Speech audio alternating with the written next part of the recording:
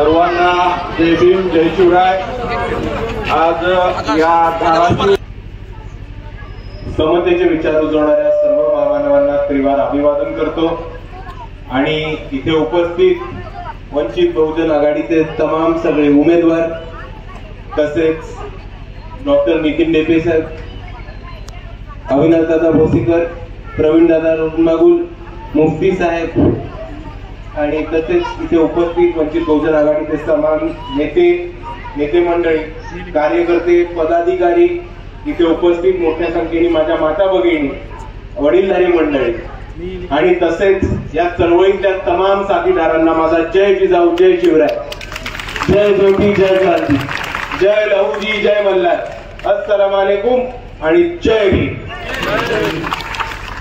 सुरू करण्याआधी आपल्या सर्वांना संविधान दिनाच्या हार्दिक हार्दिक शुभेच्छा देऊ इच्छितो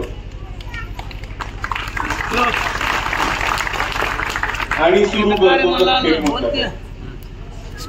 इथे बऱ्यापैकी किती लोकांना वाटतं की स्थानिक स्वराज्य संस्थेच्या निवडणुका महत्वाच्या नाहीत? हात वर करून दाखवा। अशा किती लोकांना वाटतं की आमदार आणि खासदार जास्त महत्वाचे आहेत, नगरसेवक काही कामाचे नाहीत? हात वर करून दाखवा। अशा किती लोकांना वाटतं की आमदार आणि खासदार हे मोठी लोक असतात, नगरसेवक हे छोटी लोक राहतात? हात वर करून दाखवा। ज्या लोकांना वाटतं की आमदार आणि खासदार हे जास्त महत्वाचे राहतात आणि जास्त मोठे राहतात, त्या लोकांना मी नुसती एक विनंती करतो की आपण आमदाराला किती निधी मिळतो, खासदाराला किती निधी मिळतो आणि नगर परिषदेमधल्या कोणत्याही नगरसेवकाला जर दलित वस्तीचा विकासाचा निधी मंजूर झाला असेल तर तो निधी किती मिळतो एकदा तपासा। एका आमदाराला 5 कोटी मिळतात, 2 कोटी मिळतात, एका खासदाराला 5 कोटी मिळतात। पण जर आपण आपल्याच शहरामधला, आपल्याच उस्मानाबाद धाराशिव मधल्या दलित वस्तीच्या विकासाचा निधी बघायला गेलो तर हा निधी 15 कोटीपेक्षा जास्त जातो। आता तुम्ही मला सांगा, 2 वाला मोठा का 5 वाला मोठा का 15 वाला मोठा? 15 वाला। आणि आता जी निवडणूक आहे मित्रांनो, या छोट्या 2 आणि 5 वाल्यांची नाहीये, तर ती स्टेजवरती बसलेल्या 15 कोटी वाल्यांची निवडणूक आहे आणि ती निवडणूक महत्वाची निवडणूक आहे आणि ही निवडणूक आपल्याला कोणत्याही परिस्थितीत जिंकायची म्हणजे जिंकायची।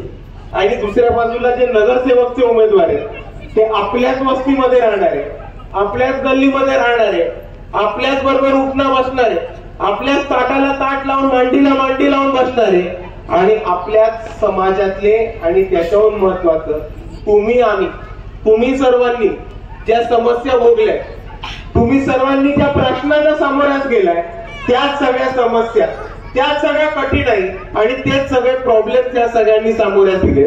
म्हणून ह्या प्रश्नाला तुमच्या बरोबर खांद्याला खांदा लावून त्या प्रश्नांना कसं सोडवता येतं हे आपल्या लोकांना चांगल्याच पैकी येतं आणि म्हणून मी तुम्हाला कळकळीची विनंती करतो की आपलं मत या निवडणुकीमध्ये अजून कशाच्या मागे न ठेवता आपल्या हक्काच्या उमेदवारांच्या मागे, आपल्यासाठी काम करणाऱ्या उमेदवारांच्या मागे आणि आपल्या पक्षाच्या उमेदवारांच्या मागे म्हणजेच वंचित बहुजन आघाडीच्या उमेदवारांच्या मागे आपलं मत उभं करा आणि जास्तीत जास्त मतांनी वंचित बहुजन आघाडीचे उमेदवार हे जिंकून द्या, अशी मी आपल्या सर्वांना कळकळीची विनंती करतो। परत एक घोषणा करतो की जर वंचित बहुजन आघाडी सत्तेमध्ये आली तर KG to PG जो आमचा विधानसभा आणि लोकसभेला अजेंडा होता तोच आम्ही उस्मानाबाद धाराशिव मध्ये लागू करू आणि नगर परिषदेच्या चांगल्या दर्जाच्या शाळा आणि आपल्याच मुलांसाठी इंग्लिश मीडियमच्या शाळा सुद्धा चालू करण्याचं काम हे उस्मानाबाद धाराशिव मध्ये नक्कीच करू। आम्हाला साथ हवी आहे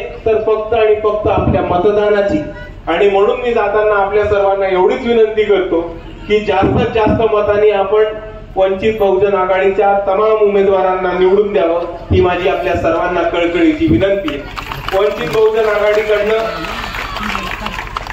सुरेखा वाघमारे ताई या नगर अध्यक्ष पदासाठी उभ्या आहेत, तसेच नामदेव वाघमारे साहेब, सुनील बनसोडे साहेब, जयदीप दळवे साहेब,